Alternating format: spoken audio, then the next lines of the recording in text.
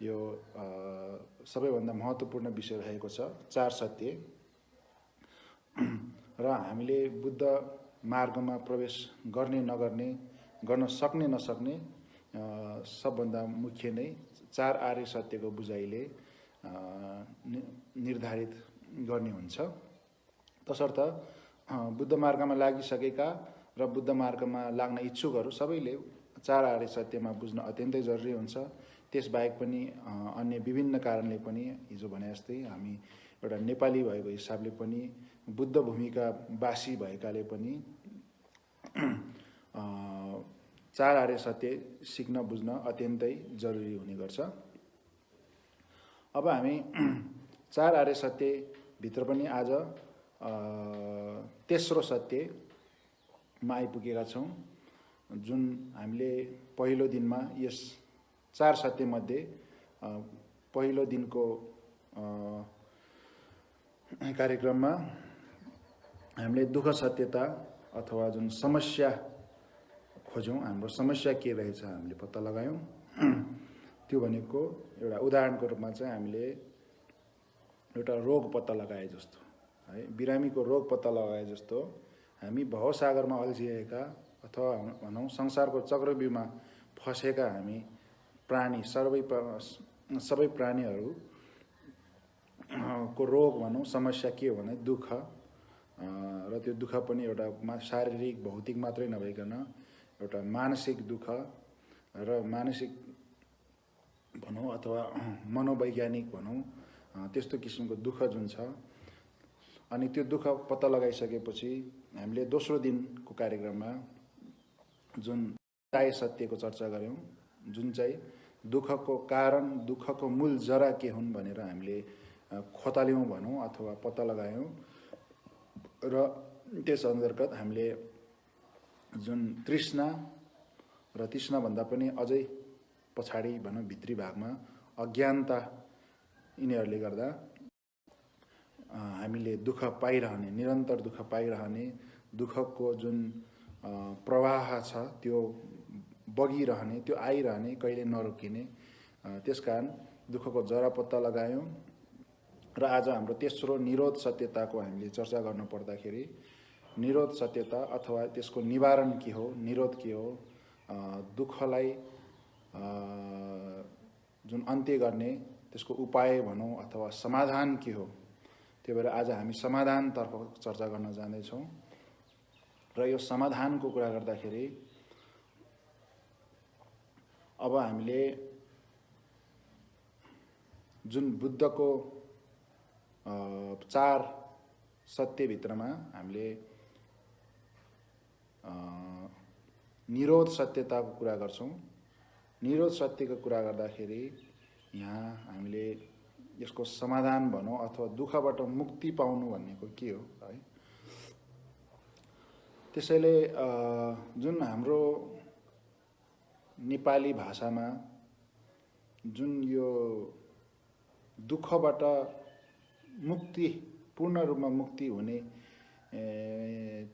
हुनको लागि जुन एउटा गन्तव्य भनौँ अथवा लक्ष्य जुन छ, त्यसलाई अब विभिन्न धर्म, विभिन्न सिद्धान्तले आफ्नै आफ्नै रूपमा व्याख्या गरेको छ वा गरेको होला।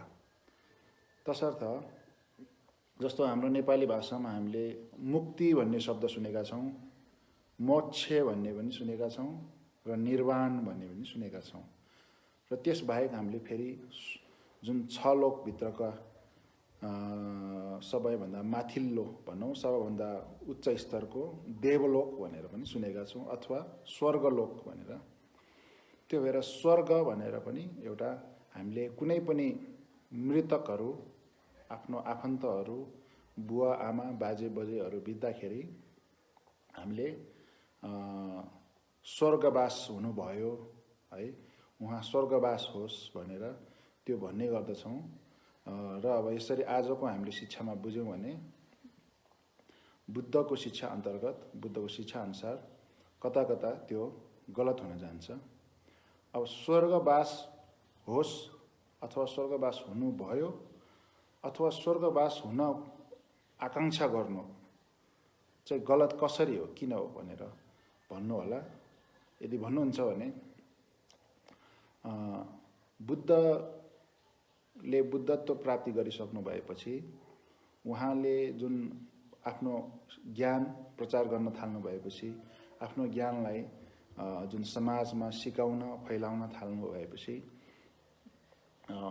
जुन अहिले हाम्रो समाजमा यति प्रगाढ रूपमा बसेको छ यो स्वर्गवास हुने स्वर्ग अब हुन त अहिले त धेरै नै हामी भौतिक र नास्तिक अवस्थामा आइपुगेको भएर हामीलाई यो मरे पछाडिको प्रायः जसोले चासै गर्दैन है न स्वर्ग होस् कि सुखवती भुवन होस् कि निर्वाण नै होस् कि धेरै जसोलाई मतलब पनि छैन आस्था पनि छैन जब मर्ने काल नजिक आइपुग्छ अनि मात्रै अनि अनेक प्रकारको चिन्ता तनावले एकैचोटि चेप्छ त्यसपछि जुन हामीले अङ्ग्रेजीमा प्यानिक हुने त्यहाँ उपाय नै रहँदैन त्यसकारण हामीले पछि आएर प्यानिक नहुनुको लागि पनि जुन हाम्रो गन्तव्य लक्ष्य हामीले चिन्नु पर्यो जुन समाधानलाई हामीले चिन्नु पर्यो र समाधान गर्नलाई सफल नभए पनि अहिलेको जुन दुर्गति अवस्था छ त्योबाट केही हदसम्म हामीले एउटा समाधानतर्फ उन्मुख हुन सक्नु पर्यो केही हदसम्म हामीले समाधान गरिसकेका छौँ भने पनि ठुलै राहत हुन्छ हामीलाई गरेछौँ भन्ने जस्तो एउटा ढुक्क मनमा एउटा ढुक्क रहन्छ र सबैभन्दा पश्चाताप रहँदैन तसर्थ पनि हामीले यो स्वर्ग हो कि अन्य केही हो हामीले राम्ररी बुझ्न जरुरी भयो तसर्थ यो जुन गन्तव्यलाई लक्ष्यको कुरा गर्दाखेरि अहिले यति प्रगाढ रूपमा हामीले धेरै वास्ता नगरे पनि धेरै त्यसलाई सिरियसली नलिए पनि स्वर्ग जाने भन्ने यो कन्सेप्ट जुन छ यो चाहिँ लगभग एकदमै यत्रतत्र हाम्रो समाजमा फैलिएर बसेको छ हामीले त्यो अवस्थालाई मुखमा केही त्यसलाई पहिचान गर्नु पर्दाखेरि हैन मृतक अवस्था है मृतकले कहाँ जान्छ भन्ने कुराको प्रश्न आउने बित्तिकै हामीले स्वर्ग भन्ने शब्द चाहिँ अत्यन्तै यो प्रयोगशील छ भनौँ धेरै प्रयोग हुन्छ अझ त्यति मात्रै नभए त्यसको एउटा पर्यायवाची पनि छ माथि भनेर है माथि अनि जो मरे पनि माथि है झगडा गरे भने तँलाई म माथि पुर्याइदिन्छु भन्ने है अब त्यस्तो झगडा गर्दा त तल पुर्याए पनि भने माथि पुर्याउँछु भन्ने किनभने जाने ठाउँ माथि नै हो भने जस्तो है पहिलो कुरा त जो पनि माथि जाने भन्ने गल्ती भयो है छ लोकभित्र पनि अब पाप कर्म गर्ने मान्छे त तल पो जाला नि माथि जाने भन्ने तँलाई माथि पुर्याइदिन्छु भन्ने र यो पनि एउटा गलत बुझाइबाट आएको विकृति होइन किनकि अब तल भन्न सकिन्थ्यो नि जबकि अरू विषयमा गाली गर्नु पर्दाखेरि जहाँ पनि आमालाई बहिनीलाई मात्रै बिचमा ल्याउनु पर्ने है कुनै पनि शत्रुलाई गाली गर्नु पर्दाखेरि आमालाई बहिनीलाई गाली सिधै उसलाई गर्नै नसक्ने खालि आमा र बहिनीलाई भन्नै पर्ने त्यस्तो निर्दोष आमा बहिनीलाई जहिले पनि गालीको बिचमा ल्याउने तर सबभन्दा ठुलो धम्की सबभन्दा ठुलो गाली गर्नु पर्दाखेरि चाहिँ फेरि माथि पुर्याइदिन्छु भन्ने होइन सबभन्दा ठुलो एउटा त्रास देखाउनु परेपछि त्यो भएर माथि नभइकन तँलाई म तल पुर्याइदिन्छु भन्ने खालको एउटा प्रचलन पनि आउन आवश्यक होला ठिकै छ हामी विषयवस्तुमा फेरि एकचोटि फर्केर आउँदाखेरि जुन तल नभइकन माथि भन्ने त्यो एउटा विकृति आफैमा थियो र स्वर्ग जानुभयो स्वर्ग जाओस् हैन स्वर्ग जाने आकांक्षा भनौँ न त्यो धेरै सिरियस नभए पनि सामान्य कन्सेप्टमा चाहिँ स्वर्ग जाने मान्छे मरेपछि स्वर्ग जाने भन्ने चाहिँ प्राय बढी चाहिँ यो मान्छेको प्रचलनमा रहेको छ अथवा भनौँ ट्रेन्डिङमा रहेको छ त भएर यो स्वर्ग जाने र माथि जाने दुवैलाई हामीले ट्रेन्डिङबाट हटाउन जरुरी छ यो हुन त सजिलो काम होइन यो बिस्तारै हुन्छ तपाईँ हामीले 2-4 जनाले आफ्नो बुझाइमा यसलाई भर्दै गएपछि बिस्तारै त्यो बुझाइलाई नै बाँड्दै जाने हो हामीले तसर्थ अब स्वर्गको कुरा गऱ्यौँ र अहिले हाम्रो भनिहाले यति सिरियसली नभए पनि सामान्यतया हामी स्वर्गकै कुरा गर्छौँ होइन तर भगवान बुद्ध आउनुभन्दा अगाडि भगवान बुद्धत्व प्राप्ति हुने बेलासम्ममा स्वर्ग जाने भन्नेको एउटा ठुलो विषय थियो त्यो है ठुलो विषय थियो हुन त अहिलेभन्दा 20-30 वर्ष अगाडि पनि ठुलो विषय थियो भनेपछि 2600 वर्ष अगाडि त अवश्य नै ठुलो विषय हुने नै भयो त्यो भएर यस्तो ठुलो विषय थियो कि पहिलो कुरा त अब मरेका व्यक्तिहरू स्वर्ग जाने भन्ने त्यो चलन चल्ती त थियो नै हैन। हुन त अब पाप र पुण्य अनुसार तल माथि स्वर्ग नर्क र बाँकी लोकमा कता जाने भन्ने विषय चाहिँ प्रायः जसो हाम्रो यो जुन नेपाल भारत भनौँ हिन्दुस्तान भनौँ यो सबै जुन भूमिमा यो एकदमै फैलिएको सिद्धान्त र एउटा बुझाइ थियो भनौँ। त्यो भएर त्यो बुझाइबाट पनि जब भगवान बुद्धले जुन निरोध सत्यता चार सत्यतालाई सिकाउन आउनुभयो तब समाजहरूमा अथवा अब केही समाजहरूले अब जुन किनभने अब किन हामी अहिले चाहिँ हाम्रो मनोवैज्ञानिक पक्ष धेरै आएको छ त्यो भएर हामीलाई स्वर्ग नरक छैन तर हामीलाई अहिले नै व्यवहारिक रूपमा फाइदा हुने विषयमा मात्रै हामी बढी जोड दिन्छौँ र अहिले त्यसको विषयमा अहिले हामीले दोस्रो भागमा अहिले एकछिनपछि चर्चा गर्नेछौँ। तर त्यति बेला प्रायः जसो पहिला भनेको मान्छेहरूले अलि अप्रत्यक्ष परिणाम अप्रत्यक्ष गन्तव्य बढी खोज्थे स्वर्ग नर्क हैन देखे पनि नदेखे पनि अब गुरुहरूले र शास्त्रहरूले हैन स्वर्ग जानुपर्छ भनेर सिकाएको भएर त्यो स्वर्ग जाने कुरा एकदमै सिरियसली लिइन्थ्यो र त्यसकै लागि धर्म गरिन्थ्यो धर्म मार्गमा छिरिन्थ्यो। हुन चाहिँ त्यो कन्सेप्ट चाहिँ अहिले पनि सामान्य रूपमा चाहिँ यथावत नै छ तर त्यति बेला चाहिँ सिरियसली नै अहिले चाहिँ तपाईहरु विदेश जान खोजे जस्तो अहिले चाहिँ तपाईहरु एउटा जब एउटा कहीँ राम्रो रोजगारी पाउन खोजे जस्तो अथवा कुनै एउटा जीवनसाथी खोजे जस्तो हो यो तीनटा विषय तपाईहरुले जसरी खोज्नुहुन्छ त्यो हिसाबले जुन मोक्षलाई खोज्ने मुक्तिलाई खोज्ने एकदमै ठुलो प्रचलन ट्रेन्डिङमा थियो त्यो समयमा त्यो कालमा। त्यो भएर मोक्ष मुक्तिको कुरा गर्दाखेरि स्वर्गलाई चाहिँ पर्यायवाचीमा ल्याएर धेरै जसोले स्वर्गलाई नै बुझिरहेका थिए। तसर्थ जब बुद्धसँग अन्तर्क्रिया भयो त्यस्ता व्यक्तिहरूको तब उनीहरूले स्वर्गकै कुरा गरिरहँदाखेरि भगवान बुद्धले उनीहरूको आँखा खोलिदिनु भयो अथवा उनीहरूलाई सुरुमा च्वास्स घोज्ने खालको एउटा सिद्धान्त हैन प्रस्तुत गर्नुभयो। त्यो थियो स्वर्ग हाम्रो मुक्ति हैन स्वर्ग भनेको त्यहाँ मुक्ति छैन है स्वर्गमा पनि दुःख छ स्वर्गमा पनि सुखको अन्त्य छ हैन। तसर्थ स्वर्ग गन्तव्य हैन भनेर मानिसलाई एउटा आफ्नो प्रवचनद्वारा सैद्धान्तिक रूपमा पनि सिकाउनु भयो र सायद उहाँहरूलाई त्यसको अनुभव गराउनलाई ध्यान मार्फत अनुभव पनि गराउनु भयो हैन स्वर्ग भनेको कस्तो रहेछ र जुन वास्तविक मुक्ति पाउनु वास्तविक निर्वाण प्राप्ति गर्नु कस्तो हो भन्ने कुरा त्यसरी उहाँले छरपष्ट भनौं प्रश्न पार्दिनु भएपछि तसर्थ त्यति बेला बुद्ध मार्गमा लाग्नेहरूले हैन हामी स्वर्गमा हैन कि हामी निर्वाण प्राप्ति गर्नका लागि हो भनेर बुझे। त्यो भएर हामीले यहाँ गन्तव्य निर्वाण हो भनेर बुझ्नु पर्ने भयो है। जब हामीले निरोध सत्यताको कुरा गर्छौं निर्वाण नै अन्तिम जुन मुक्ति मोक्ष भनेको चाहिँ एउटा साधारण शब्द भयो। साधारण शब्द भन्नाले त्यो चाहिँ जताततै लाग्ने हैन किनकि कुनै दुःखबाट मुक्ति पाउनेपछि मुक्ति नै भयो जुनै दुःखबाट मोक्ष पाउनु मोक्ष नै भयो हैन।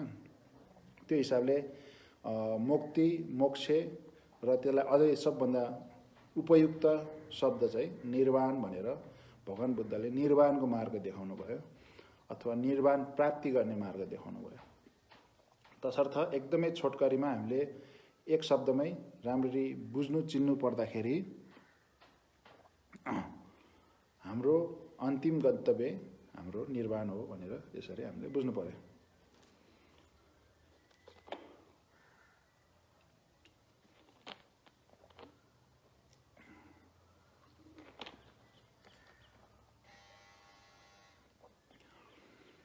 तसर्थ निर्वाण प्राप्ति गर्नको लागि हामीले के गर्छौं भन्दाखेरि अथवा निर्वाणलाई नै अर्को रूपमा व्याख्या गर्दाखेरि अब जसरी हिजो हामीले समस्या तृष्णा र अज्ञानतालाई देखायौं तृष्णा र अज्ञानतालाई मेटाउनु है अथवा त्यसलाई भगाउनु भनौं अथवा त्यसलाई नष्ट गर्न भनौं अथवा त्योबाट राहत पाउने, त्योबाट छुटकारा पाउने है।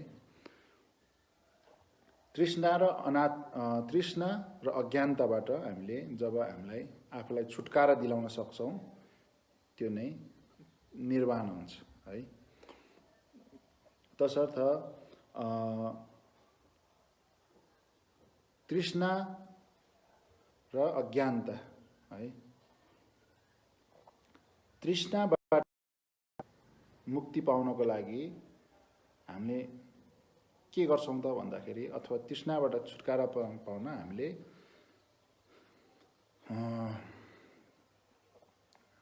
जुन तृष्णा गर्ने हाम्रो जुन बानी छ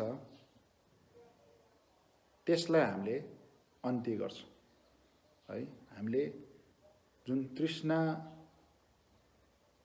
जेमा हामी गर्छौँ त्यसमा हामीले हैन तृष्णा गर्दैछु भन्ने आफैले चाल पाएर हैन त्यसलाई तृष्णा कम गर्ने, त्यसमा तृष्णा नगर्ने हैन। अब त्यो त्यसमा तृष्णा नगर्नको लागि पनि हामीले अब पहिलो कुरा चाहिँ हामीले आकांक्षा गर्नुपर्ने के हो, निर्वाण हो भनेर चिनेर त्यसरी प्रेरित हुनु पर्यो आफै र त्यसरी तृष्णा मेटाउनु पर्यो।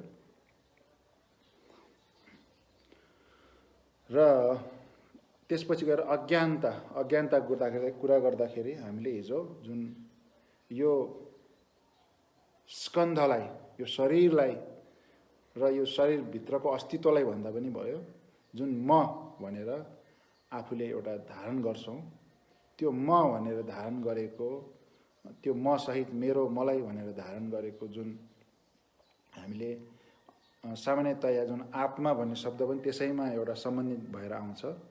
त्यसैले बौद्ध मार्गीहरूले अनात्माको कुरा गर्ने कारण त्यो भयो। अनात्मा बोध गर्ने है, अनात्मालाई बोध गर्ने प्रयास गर्ने र अनात्मा बोध हुने त्यसको प्रयासमा लागिरहने है।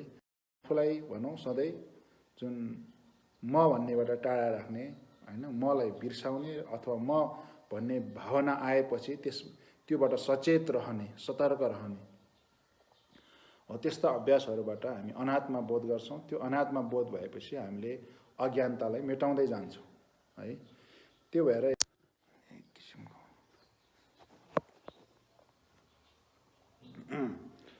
त्यसरी अनात्मा बोध हुने, तृष्णालाई छुटकारा दिलाउने यो अभ्यासहरूबाट जुन निर्वाण प्राप्ति गर्छौँ भनौँ, अथवा निर्वाण प्राप्ति गर्ने मार्ग हैन उपायहरू, र त्यसरी तृष्णालाई अन्त्य गर्ने र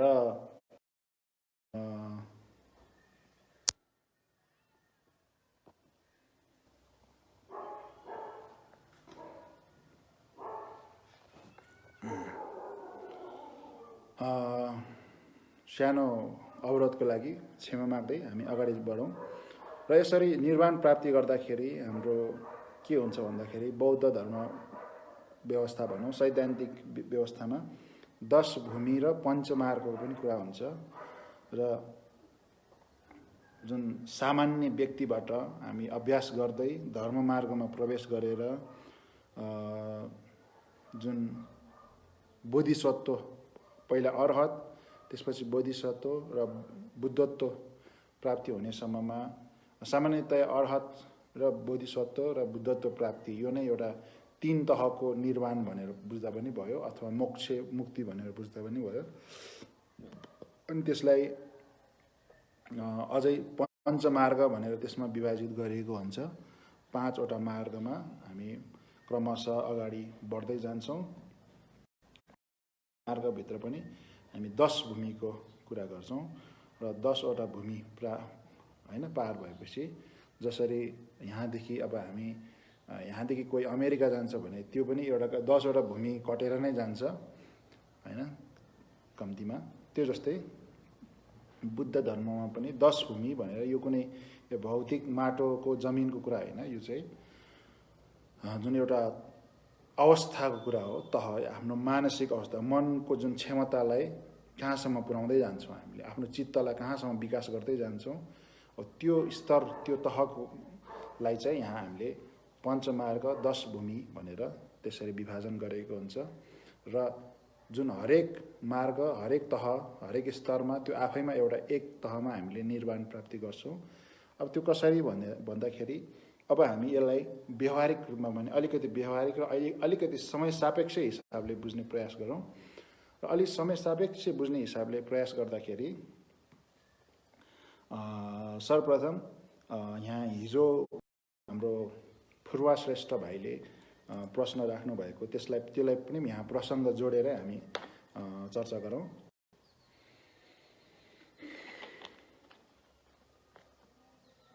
उहाँको प्रश्न अङ्ग्रेजीमा सोध्नु भएको थियो, दुईचोटि सोध्नु भएको थियो, त्यसलाई म मिश्रित रूपमा बुझ्ने प्रयास गर्दैछु।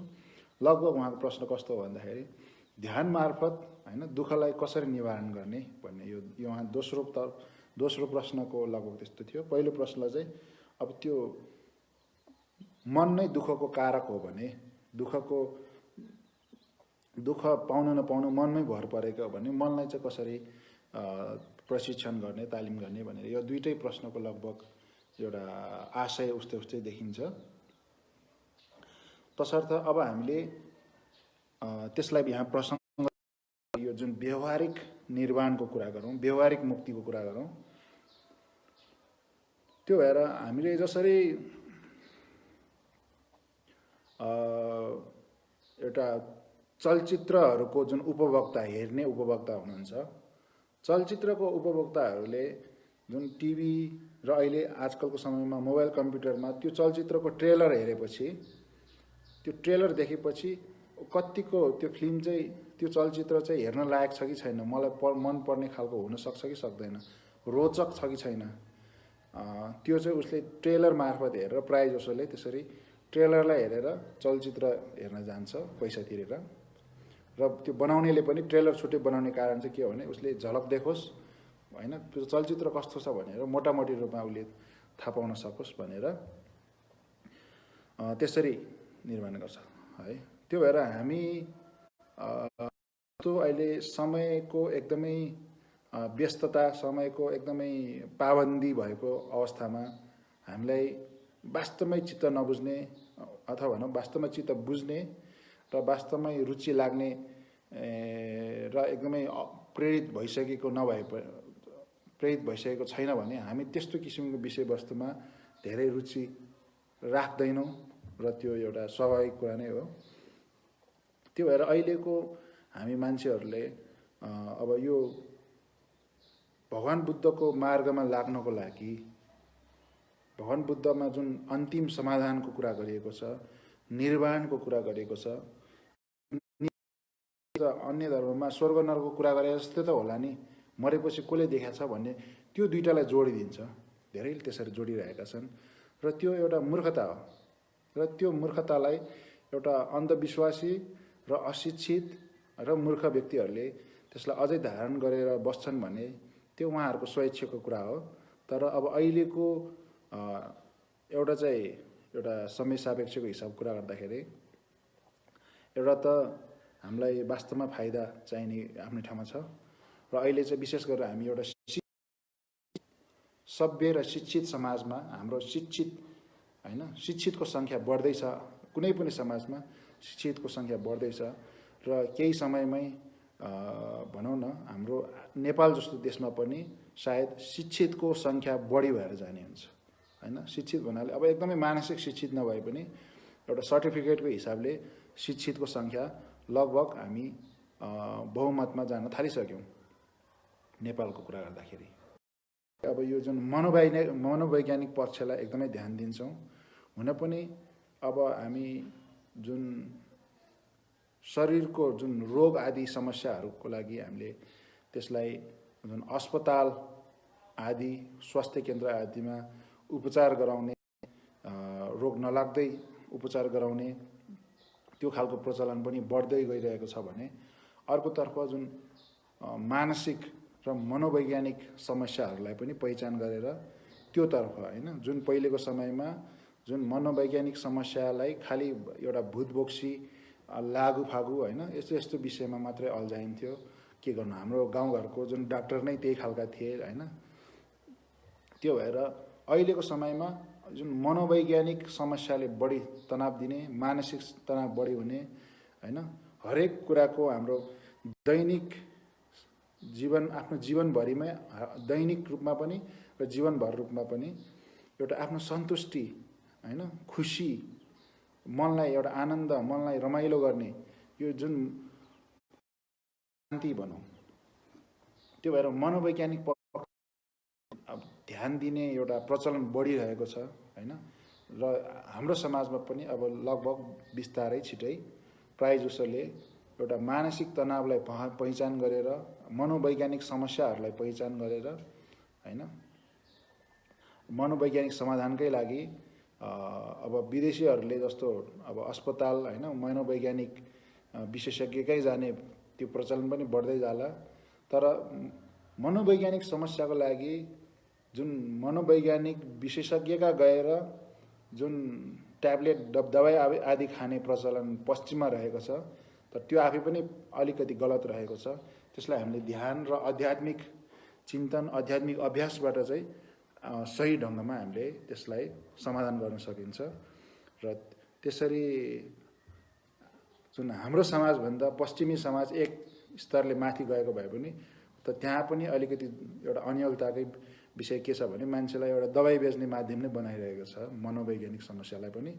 जसरी हाम्रो यहाँ चाहिँ एउटा धामी झाँक्री र अब सायद पुरोहित, अब कतिपय लामा पनि होला हैन, लामा, धामी झाँक्री, माता हैन, हो यस्तोहरूको अब भनौँ न कन्तुर भरिदिने, गोजी भर्ने माध्यम बनेको थियो हाम्रो मनोवैज्ञानिक समस्याहरू भने पश्चिममा पनि एक स्तर माथि भए पनि उनीहरूले एउटा डाक्टर र अस्पतालको ढुकुटी भरिदिने माध्यम नै प्रायःजसोले बनाएका छन्।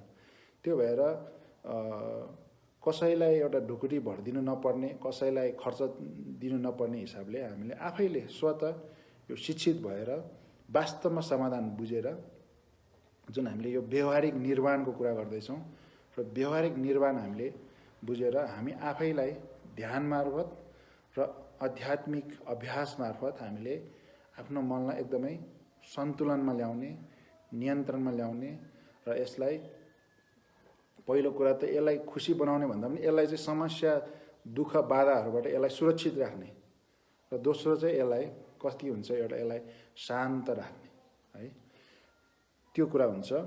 र त्यो भएर हामीले यहाँ व्यवहारिक निर्वाणको कुरा गर्दैछौँ। व्यवहारिक निर्वाणको कुरा गर्दाखेरि हाम्रो अब जुन हिजो भाइको प्रश्न पनि छँदैछ,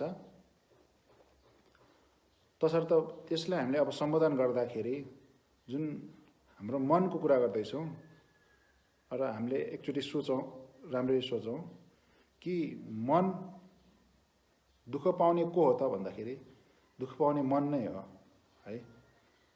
दुःख पाउने खास भन्यो भने शरीरले एकछिन घोच्ला आइया होला, अब त्यो आइया पनि मनले नै थाहा पाउने हो। मनले थाहा पाएन भने शरीर घोचेको के मतलब हुँदैन है।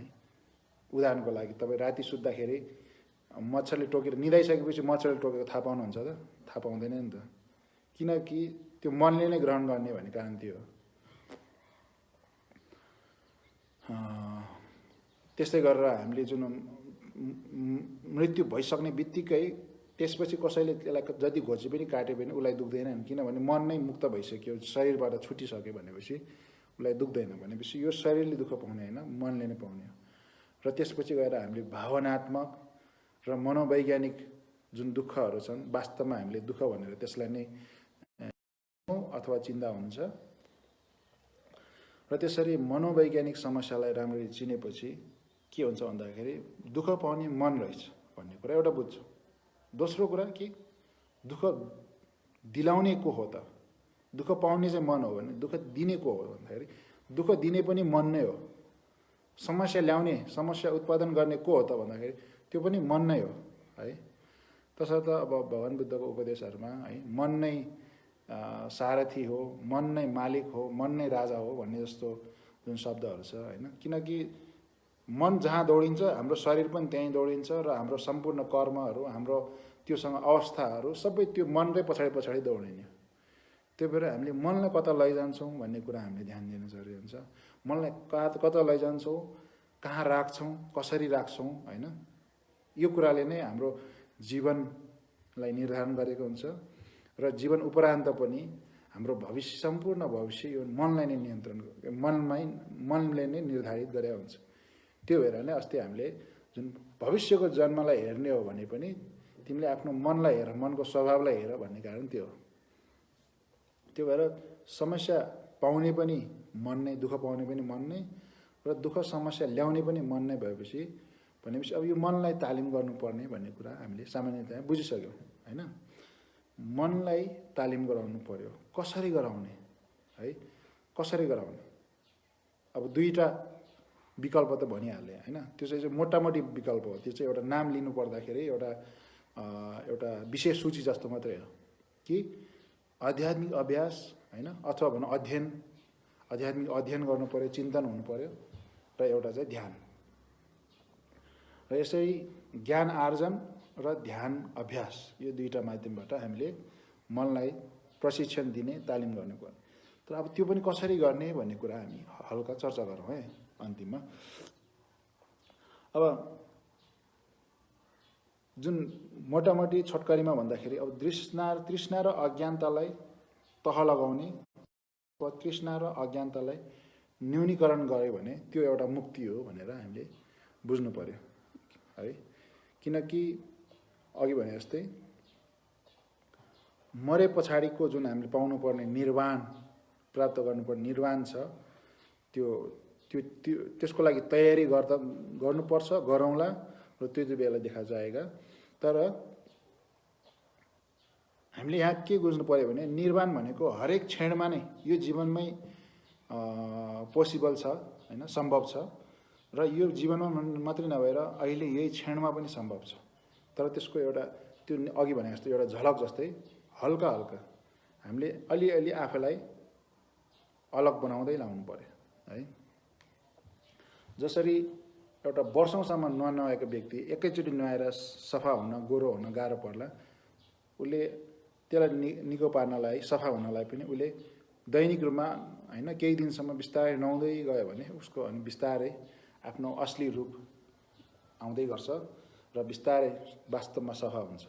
त्यो भएर हामीले यो दुर्गन्धहरूलाई, क्लेशहरूलाई हटाउँदै जाने जुन अभ्यास हो, तसर्थ तृष्णा गर्ने बानी र अज्ञानतालाई भनिहाल्यौँ, त्यसलाई हामीले बिस्तारै हटाउँदै लग्ने चाहिँ यो हाम्रो अभ्यासको कुरा भयो।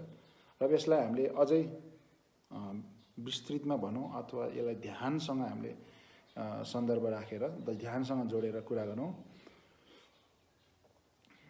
एकदमै हामीले जुन आफ्नो भनाइहरू, आफ्नो सोचाइ, आफ्नो भनाइ र त वस्तुहरू, जति पनि वस्तुहरू हामीले जुन म, मेरो अघि भनिहालेँ, जुन अज्ञानताबाट म, मेरो भन्ने छ, र भनाइ र सोचाइको कुरा गर्दाखेरि हैन, मेरो भनाइ, मेरो सोचाइ हैन, मेरो सोचाइ र मेरो भनाइभित्र पनि फेरि म महान, म चाहिँ सबैभन्दा बेस्ट, उत्तम हैन, म नै सबैभन्दा राम्रो, यही त हुन्छ प्रायः जसोको कुरामा। त्यो भएर यसरी मनलाई चाहिँ म, मेरो र कहिलेकाहीँ म, मेरो नगासे पनि यो र त्यो भन्ने विषयमा पनि हामी जोडिन्छौँ हैन। यही नै हो है, यही नै हो, यस्तै नै हो भन्नेमा है। जस्तो कहिलेकाहीँ बच्चाहरू सानो विषयमा पनि झगडा गर्छन्, ल आज शनिबार नै हो हैन, आज आइतबार हो भनेर दुईजना, त्यस्तोमा पनि झगडा पर्न बेर लाग्दैन। त्यो भएर यस्तो यो, त्यो, म, मेरो बोतल, सामान हो, यस्तो कुरामा हामीले जुन ग्राह्य गर्छौँ है, त्यसलाई हामीले आफ्नो एउटा पकड बनाउँछौँ, त्यसलाई हामीले पकड कमजोर बनाउँदै, त्यसलाई खुकुलो बनाउँदै त्यसलाई छोड्नु पर्यो। कसरी बनाउँछौँ भन्दाखेरि हो यस्तै, अब जस्तो अहिले हाम्रो यो विषयमा बुझ्यौँ हामीले, तपाईँहरूले यो गल्ती रहेछ, यो गर्न नहुने रहेछ बुझेपछि यो बारे सचेत हुने, यो बारे सतर्क हुने कुरा तपाईँहरूले बुझ्नुभयो भनेपछि आइन त तपाईँहरूले के गर्नुहुन्छ, यो बुझाइले गर्दा यो जुन यो एउटा ज्ञानको विषय हो, यो ज्ञानबाट आँखा खोलिएपछि हामीले सामान्यतया के गर्छौँ, सतर्क सचेत हुन्छौँ होइन। जस्तो सतर्क सचेत हुनु, पहिलो कुरा सकेसम्म हामीले त्यस्तो खालको कुनै घमण्ड अहङ्कार आउनुभन्दा अगाडि नै हामी सचेत हुन्छौँ। सचेत हुँदाखेरि हामी के गर्छौँ, त्यसलाई आउनु पूर्व नै हामीले दमन गर्छौँ। तर त्यो त अलिकति प्रशिक्षित भइसकेको अवस्थाको कुरा हो। अलिकति प्रशिक्षित नभएसम्ममा हामीले के गर्छौँ भन्दाखेरि, जस्तो मनमा रिस आयो, मनमा रिस आउने बित्तिकै म रिसाएँ भनेर तपाईँ सचेत हुनुहोस्, त्यो बारे थाहा पाउनुहोस् आफैले होइन, अवेर हुनुहोस् है। तपाईँ रिसाउँदाखेरि तपाईँ रिसाएँ भनेर सचेत हुनुहोस्। तपाईँले त्यो आफैले त्यो आफ्नो एउटा सोचाइभित्रमा आएको है, किनकि हामी रिसाएपछि फलानु व्यक्ति नराम्रो, फलानु मलाई गाली गर्यो, त्यसमा हामी त्यो ग्राह्य गरिहाल्छौँ। त्यो ग्राह्य गरेपछि हामी त्यो ग्राह्य गरे बेला हामी के बिर्सिरहेका हुन्छौँ भने त्यो हाम्रो मनको अवस्था हो, हामी रिसाइरहेका छौँ भन्ने कुरा सबै हामी बिर्सेर तैँले मलाई नराम्रो गरिस् भने त्यसमा मात्रै हामी एकदमै गरुङ्गो हातै दुख्ने गरेर जुन हामी कुनै सामान समात्दाखेरि धेरै जोडले कस्यो भने हातै दुख्छ नि त। हो त्यसरी नै एउटा रिसाउने मान्छे त्यो जुन अर्को पात्र हो उसलाई दुःख होला नहोला, आफूलाई त्यति दुःख हुने गरेर उसले यस्तो नराम्ररी पकड बनाउँछ है। र त्यो तपाईँ हामी प्रायःले अनुभव गरेकै होला। त्यो भएर रिसको कुरा आयो। त्यस्तै गरेर एउटा मोह रागको कुरा आउँछ होइन, जुन लोभ लाग्दाखेरि अथवा जहिले पनि कुनै पनि एउटा नकारात्मक विचार आउँदाखेरि होइन, त्यो रिस होस्, त्यो लोभ होस्, त्यो ईर्ष्या होस् होइन, ईर्ष्या हुने, जुन अरूको कुरा काट्ने, अरूसँग आफ्नो तुलना गर्ने, यस्ता सम्पूर्ण नकारात्मक जुन भावना सोचाइहरू अघि भने जस्तै आउन दिनु भएन। त्यो पूर्व नै त्योभन्दा अगाडि नै सचेत भएर हामीलाई सकारात्मक अवस्थामा राख्नु छ भनेपछि त्यसलाई हामीले आफ्नो एजेन्डाबाट बाहिर राख्नु पर्यो। त्यो भएर त्यसलाई सकेसम्म हामीले आउनै दिनु भएन। आउँदाखेरि त्यसबारे हामी सचेत हुनु पर्यो है। सचेत भएपछि दुईवटा कुरा हुन्छ। दुईवटा कुरा किन भन्दाखेरि, पहिलो कुरा त के भन्दाखेरि अब तपाईँलाई निर्देशनको रूपमा तपाईँ सचेत भएपछि ओहो मैले नराम्रो वस्तुलाई धारण गरेछु भनेपछि फाल्ने है। जस्तो उदाहरणको लागि एउटा कुरा के याद आयो भने, जस्तो हाम्रो केटी मान्छेहरू होइन, बहिनीहरू, बहिनी पनि तैपनि प्रायः जसो महिला मान्छेहरू घरको सरसफाइमा बढी हुने भएर उहाँहरूको ल प्रायः जसो कुनै छेपारो वा कुनै किरा चाहिँ सफा गर्दा गर्दै हातमा आयो होइन, माकुरा होस्, छेपारो होस् वा कुनै कक्रोच होस्, हातमा आएपछि तुरुन्तै फाल्नुहुन्छ नि त। त्यो भएर जब मनको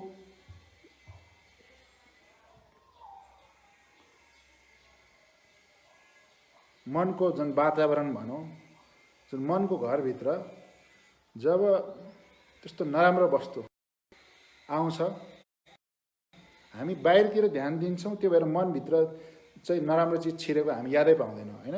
तैँले मलाई गाली गरिस् होइन, अथवा तैँले त्यसलाई अन्याय गरिस् भनेर त्यसमा मात्रै हामी ध्यान दिएपछि यहाँ मनमा फोहोर पसेको, मनमा यहाँ होइन छेपारो पसेको हामीले थाहै पाउँदैनौँ है। त्यो भएर मलाई एउटा उदाहरण याद आयो, जुन यो निङमा पाका जुन सबैभन्दा महान अब सुरुको जुन लोक पनि अगाडिका एकदमै महाज्ञानी पण्डित, महापण्डित रोङसोम भनिन्छ, रोङसोम महापण्डित भनिन्छ। उहाँको लेखहरू प्रायः जलेको तर 2 भोल्युम मात्रै पछि रहेको जुन हामीले अध्ययन गर्न पायौँ। र त्यसमध्ये त्यो लेखहरूमध्ये एउटा भोल्युम चाहिँ 2टा हो, तर त्योभित्र विभिन्न उहाँहरूको लेख छ।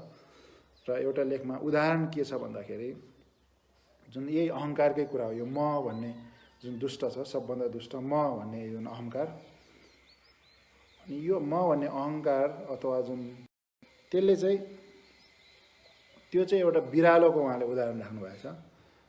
बिरालोको उदाहरण कसरी भन्दाखेरि, तपाईँको मनलाई चाहिँ जस्तो एउटा रुखमा जुन चराले गुण लगाएर बसेको हुन्छ हैन, अनि चराको जुन आमा चरा र उसको चल्ला चराहरू हुन्छ, आमा चल्ला चाहिँ वरिपरि छेउछाउमा यसो चल्लाको लागि चारा खोज्न थालेपछि अब छेउमा भएको बिरालोले के गर्छ भन्दाखेरि छेउमा बिरालो तुरन्त बिस्तारै सुटुक्क आएर थाहै नपाउने गरेर चल्लालाई टिपेर लैजान्छ, खान्छ हैन।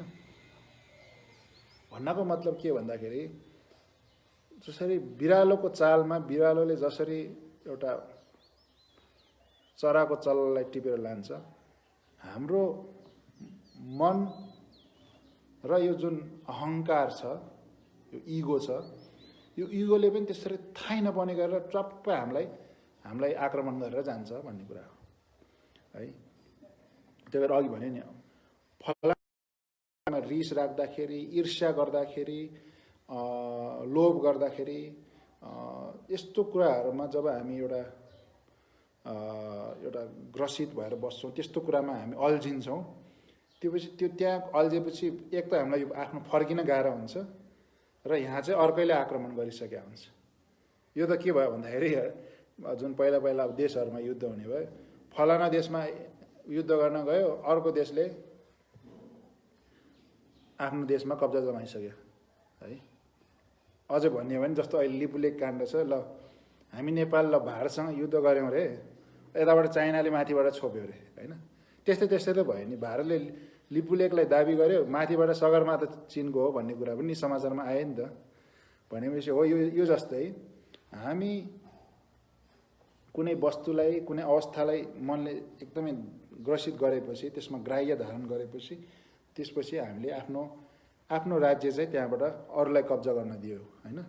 त्यो भनेको जुन नकारात्मक भावनालाई, त्यो भित्र पनि मुख्य गरेर इगोलाई, र इगो यो म भन्ने भावना र मलाई भन्ने भावना जुन छ, त्यसले त्यसरी ग्रसित अनि हामी छटपटाउँछौँ। किनकि सुख पाउने आनन्द हुनुपर्ने त यो मनलाई हो, अनि अरूपट्टि ध्यान दियौँ हाम्रो मनको ध्यान, अनि यहाँ चाहिँ अर्कोले च्याप्पै समात्दा अथवा आक्रमण गर्दाखेरि त हामी त छटपटाउँछौँ। त्यो भएर त हामी यस्तो रिसाउँदा, ईर्ष्या गर्दा, लोभ गर्दा, कुनै पनि यस्तो नकारात्मक क्रियाकर्म गर्दाखेरि के गर्छौँ, हाम्रो मन त एकदमै पीडामा हुन्छ नि त है। जस्तो रिसाएर गाली गर्ने र गाली खाने मान्छेमा पनि हेर्ने हो भने रिसाउने मान्छेमै बढी पीडा भइरहेको हुन्छ नि त। त्यो भएर त्यो बारे हामी सचेत हुनु पर्यो, सतर्क हुनु पर्यो भन्ने कारण त्यो हो। र यसरी सतर्क भएपछि तुरुन्तै त्यसलाई हामीले मनबाट बाहिर निकाल्छौँ। दुईटा बाहिर निकालौँ भनेर भन्न खोजे हो, तर निकालौँ भन्न सायद आवश्यक पर्दैन भन्छु म। किनकि जब हामी सचेत हुन्छौँ, त्यो भनेपछि यो मनमा दुष्ट भावना पसेको हो, यसलाई यो त भित्र बस्ने चिजै होइन हैन। अघि भने जस्तो जुन सफा गर्ने घरको कुनै महिलाले हातमा कक्रोच हातमा छेपाएर परेपछि तुरुन्तै फालिहाल्छ नि हो, त्यो जस्तो गरेर हामीले स्वाभाविक रूपमा स्वत नै अथवा भनौँ अटोमेटिकली हामीले फालिहाल्छौँ। त्यो भएर हाम्रो एउटा कर्तव्य आफूप्रति के भयो भन्दाखेरि दुष्ट विचार, नकारात्मक विचार आउने बित्तिकै तुरुन्तै त्यो बारे सचेत हुने, सतर्क हुने। सचेत हुने बित्तिकै त्यो फालिने काम जुन स्वत र जुन अटोमेटिकली भइहाल्छ है। यो विषयमा हामीले यसरी बुझ्नु पर्यो। र यसरी बुझ्दाखेरि म एउटा के भन्ने गर्छु भन्दाखेरि जुन ध्यान गर्नु पर्यो, ध्यानबारे एउटा मैले मेरो एउटा विशेष धारणा भनौँ, त्यो बारे बुझ्नुहोस्। ध्यानबारे मेरो एउटा विशेष धारणा के त भन्दाखेरि ध्यान पनि हामीले एउटा युद्ध हो। यहाँ मनको प्रशिक्षण भन्यो र ध्यान पनि एउटा एक किसिमको युद्ध हो, जुन युद्ध चाहिँ एउटा कुनै आर्मी, कुनै एउटा सेना सैनिकले गर्ने युद्धभन्दा पनि भयङ्कर गाह्रो युद्ध हो यो है। किनकि कुनै बन्दुक समातेर अर्कोलाई बन्दुक हान्नु, एउटा बम समातेर अर्कोको माथि फाल्नु भनेको त्यो त गाह्रो कुरा होइन नि त। त्यो तपाईँ हामी सबैले सक्छौँ होइन। अब त्यो एकदमै तालिम गरेको सेनाले 10 जना सक्ने ठाउँमा हामीले 5 वटा सक्छौँ होला, तर सक्छौँ, हामी सबैले सक्छौँ। त्यो सजिलै कुरा हो। तर जुन मनको युद्ध गर्न त अब मनको युद्ध गर्नुपर्छ भन्ने कुरा र कसरी गर्ने भन्ने कुरा अब हामी अलिकति यो बौद्ध मार्ग आध्यात्मिक मार्गहरूमा जुन प्रशिक्षित भएकाहरूले सक्ने कुरा हो, तर सक्नुपर्ने कुरा हो है। अङ्ग्रेजीमा सपोज टु बी भन्छ नि, सपोज चाहिँ सक्नुपर्ने हो, तर मनको युद्धमा त मै हुँ भन्ने ठुल्ठुला महागुरुहरू पनि असफल नै छन् है। हामी हजारौँ लाखौँ धर्ममार्गी धर्मावलम्बीहरूले ओहो उहाँ त साक्षात् भगवानै हुनुहुन्छ भनेर आकाशसम्म, आकाश जति अग्लो गद्दीमा राखेर उहाँहरू जुन यो कुनै यो कपडाको गद्दी नराखे पनि एउटा सम्मानको गद्दी चाहिँ आकाशमाथि उहाँलाई पुर्याएर अनि अन्तिममा गएर आकाशैबाट खसे जस्तो गरेर खस्ने र ढलेर मर्ने हुने गरेको हामीले धेरै देखेका छौँ होइन। तपाईँ हामीले धेरै देखेका छौँ। त्यो किनभने मनको युद्ध हुन सकेका छैन र यसरी झन् झन् यो सम्पत्ति र ख्याति बढ्दै गएपछि झन् यो दुर्घटना हुने सम्भावना पनि झन् बढेर जान्छ।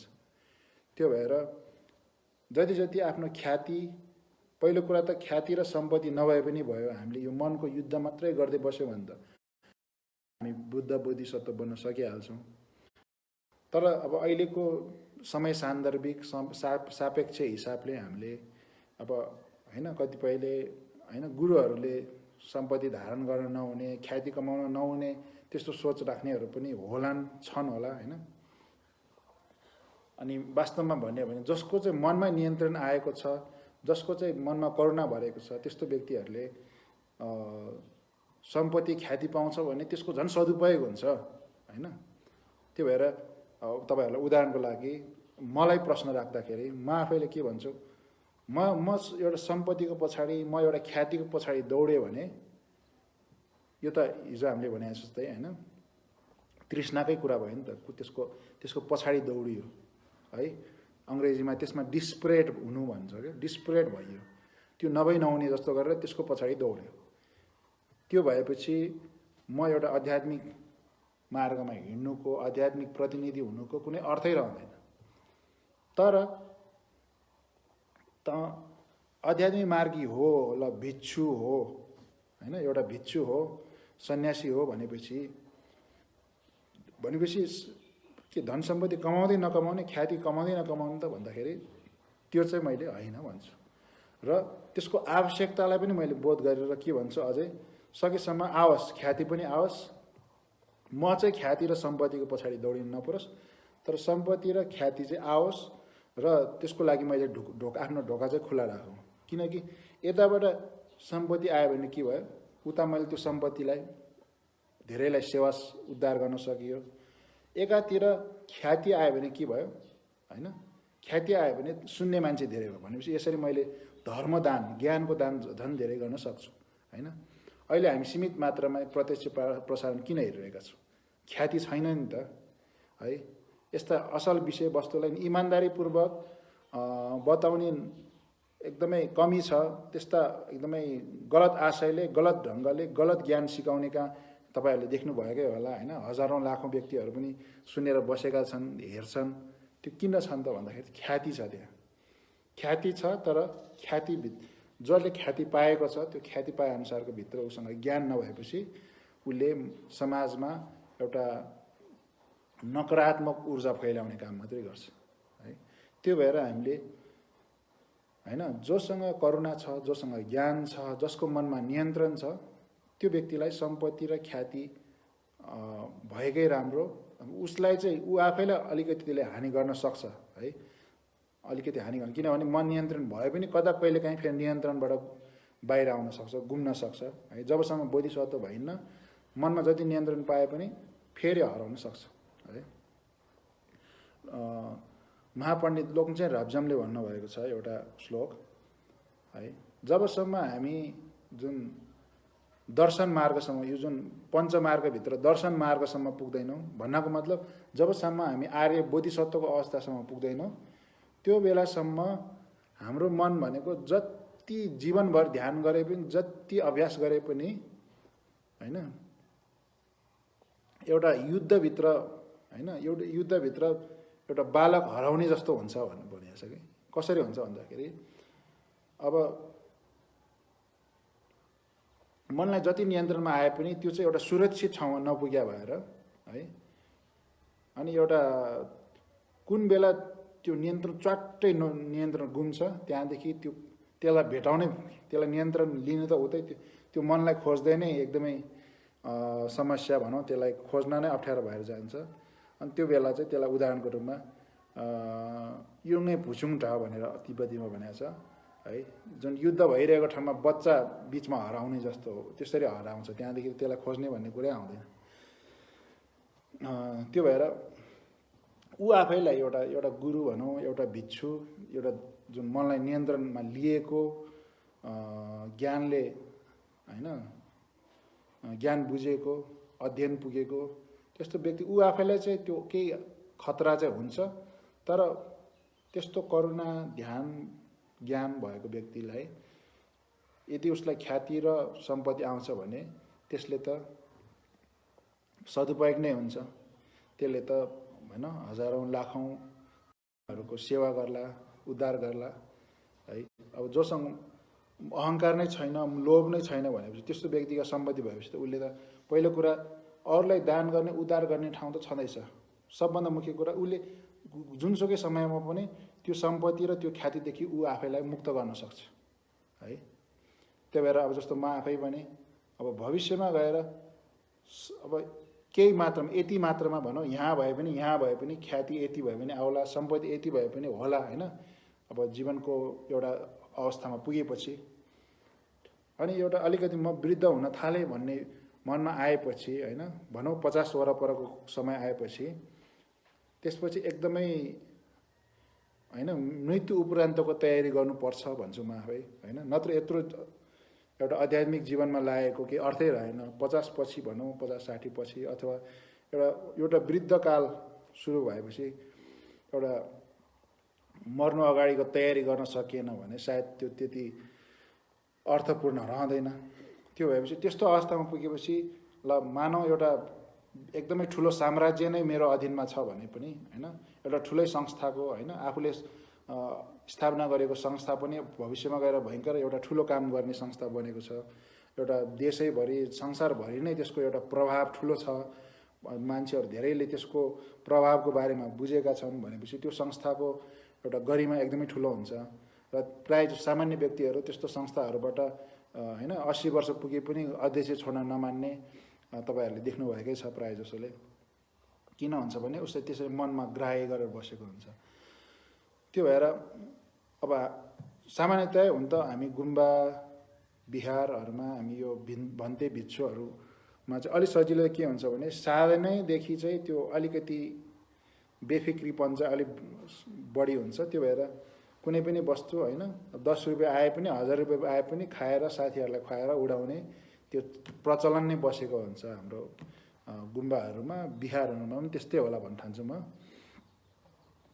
अनि त्यसबाहेक पनि हाम्रो अध्ययन अभ्यासले गर्दा बिस्तारै हामी कतिपयले राम्रो नराम्रो देख्ला, तर प्रायः जसो तपाईँ गुम्बामा प्रशिक्षित भएको व्यक्तिहरूलाई हेर्नुहोस्, उसमा एउटा ग्राह्य अलिक कम हुन्छ होइन। उसमा अरू नकारात्मक पक्षहरू होला, तपाईँ लोभी देख्नुभयो होला, घमण्डी देख्नुभयो होला, विभिन्न कुरा देख्नुभयो होला, तर कुनै पनि वस्तुहरूलाई तुरुन्त एउटा छोड्न मान्ने सजिलैसँग एउटा हुन्छ ठिकै छ नि भन्ने खालको, जे छ ठिकै छ भन्ने खालको त्यस्तो चाहिँ प्रवृत्ति अलिक बढी हुन्छ है। तो हाम्रो गुम्बाका मुख्य गुरु जसको चाहिँ जुन देहान्त भएर पनि उहाँको जुन अवतारी पहिचान भएर आइसक्नुभयो, जुन हाम्रो महागुरु पेनर रम्बछेको पनि एउटा सानो किस्सा, टिचरहरू शिक्षक अब पेनर रम्बछे उहाँलाई चाहिँ यस्तो यस्तो भयो, यहाँ समस्या यस्तो यस्तो आयो, यहाँ बच्चाहरूले यस्तो यस्तो बदमासी गर्यो भनेर उहाँका कम्प्लेन गुनासो गर्न गएछ भन्ने त्यस्तो बेलामा उहाँले के भन्नुहुँदो रहेछ भन्दाखेरि, यो चाहिँ हाम्रो एकजना सिनियर गुरुले नै सुनाउनु भएको। उहाँले चाहिँ प्राय जसो चाहिँ के भन्नुहुन्थ्यो भने यति यति अवधिसम्म ध्यान गर्ने, महिना यति समय, यति अवधि, वर्षको यति, जुन एउटा योजना बनाएर यति यति समयमा ध्यान गर्ने, त्यसले के हुन्छ भन्दाखेरि मनलाई सचेत बनाउँदै लान्छ। मनलाई सचेत बनाउँदै लानु भनेको मनलाई एउटा सुरक्षित कवच होइन, सुरक्षा कवच बनाउँदै गरे जस्तो, अथवा हाम्रो मनको स्टामिना बढाउँदै गरे जस्तो है। दैनिक रूपमा हामीले ध्यान गर्दै गऱ्यौँ भने हाम्रो मन चाहिँ सचेत हुने, अङ्ग्रेजीमा माइन्डफुल हुने भन्छ नि, माइन्ड ध्यानको अवधि बढाउँदै जानुहोस्। केही महिना केही वर्षपछि तपाईँले प्रयास नगरे पनि आपसे आप भनौँ स्वतः चाहिँ तपाईँको ध्यान मन चाहिँ सचेतनामा भनौँ, सचेत अवस्थामा बिना प्रयास पनि प्रायः जसो पुग्न सक्छ। त्यो अवस्थासम्म पुग्न सक्यो भने पनि अनि मनलाई सचेत राख्न गाह्रो हुँदैन। मनलाई सचेत राख्न सजिलो भएपछि के हुन्छ भने अघि भने जस्तो त्यो ईर्ष्या जस्तो चिजहरू चट्टै अचानक थाहा नपाइकन छिर्न सक्दैन है। तपाईँले एकदमै राम्रो सुरक्षित गरेर राखेको कुनै दरबारमा भनौँ, चाहे त्यो होस् होइन, सिंहदरबारमा हामी साधारण मान्छे अचानक गएर बदमासी गर्न त सकिन्न नि त। त्यहाँभित्र छिर्र बदमासी छिर्नै गाह्रो हुन्छ। सुरक्षा पहरेदार राम्रो राखेको हुन्छ। त्यो सचेतनामा राख्नु भनेको एउटा पहरेदार राख्नु जस्तो भयो। त्यो भएर यस्ता नकारात्मक भावनाहरू चट्टै छिरेर आउनै सक्दैन र एकदमै कहिलेकाहीँ छिरेर आइहाल्यो, झुक्किएर जसो तसो आइहाल्यो भने होइन, त्यस्तो बेलामा त्यसलाई बाहिर निकाल्न पनि सजिलो हुन्छ। जब हामीले सुरक्षा गार्डहरू राख्छौँ, सुरक्षाकर्मीहरू राख्छौँ, त्यो भएपछि दुष्ट मान्छेहरू छिर्दा पनि निकाल्न सजिलो हुन्छ नि त, पक्रेर बाहिर निकाल्दै भन्नु हुन्छ। त्यो जस्तै मनलाई सचेतनामा राखेपछि त्यसलाई निकाल्न सजिलो हुन्छ।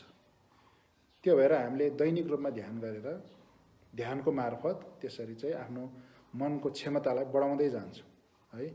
त्यो भएर हामीले एउटा कुरा चाहिँ यसरी मनलाई प्रशिक्षण गरेर यो मनलाई जुन दुःख हुने, समस्या हुने जुन त्यो प्रवृत्तिलाई भनौँ अथवा त्यो प्रक्रियालाई कसरी हामी छेक्छौँ, त्यसलाई मनलाई कसरी त्यसको लागि प्रशिक्षित गराउँछौँ भन्दाखेरि यो पहिलो उत्तर भयो कि हामीले दैनिक ध्यान अभ्यासबाट हामीले मनलाई सचेत राख्ने बानी बसाल्दै जान्छौँ। मनलाई बिना प्रयास पनि मनलाई सचेत राख्ने जुन क्षमताको विकास गर्दै जान्छौँ है। त्यसको लागि हामीले महिनौँ वर्षौँसम्म ध्यान गरिरहनुपर्छ है, प्रयास गरिरहनुपर्छ। त्यो भएर अब भोलि अष्टाङ्गिक मार्गमा पनि यसको विषयमा आइहाल्छ नै। प्रयास गर्छौँ र दोस्रो कुरा अथवा दोस्रो योजना भन्छ आक्रमण गर्ने। यो त आफूलाई डिफेन्ड गर्ने भन्छ, डिफेन्ड र अफेन्स भन्ने हुन्छ, आफ्नो सुरक्षा गर्ने र उता आक्रमण गर्ने। त्यही भएर दोस्रो प्रकारको ध्यान चाहिँ आक्रमण गर्ने भन्छु म चाहिँ।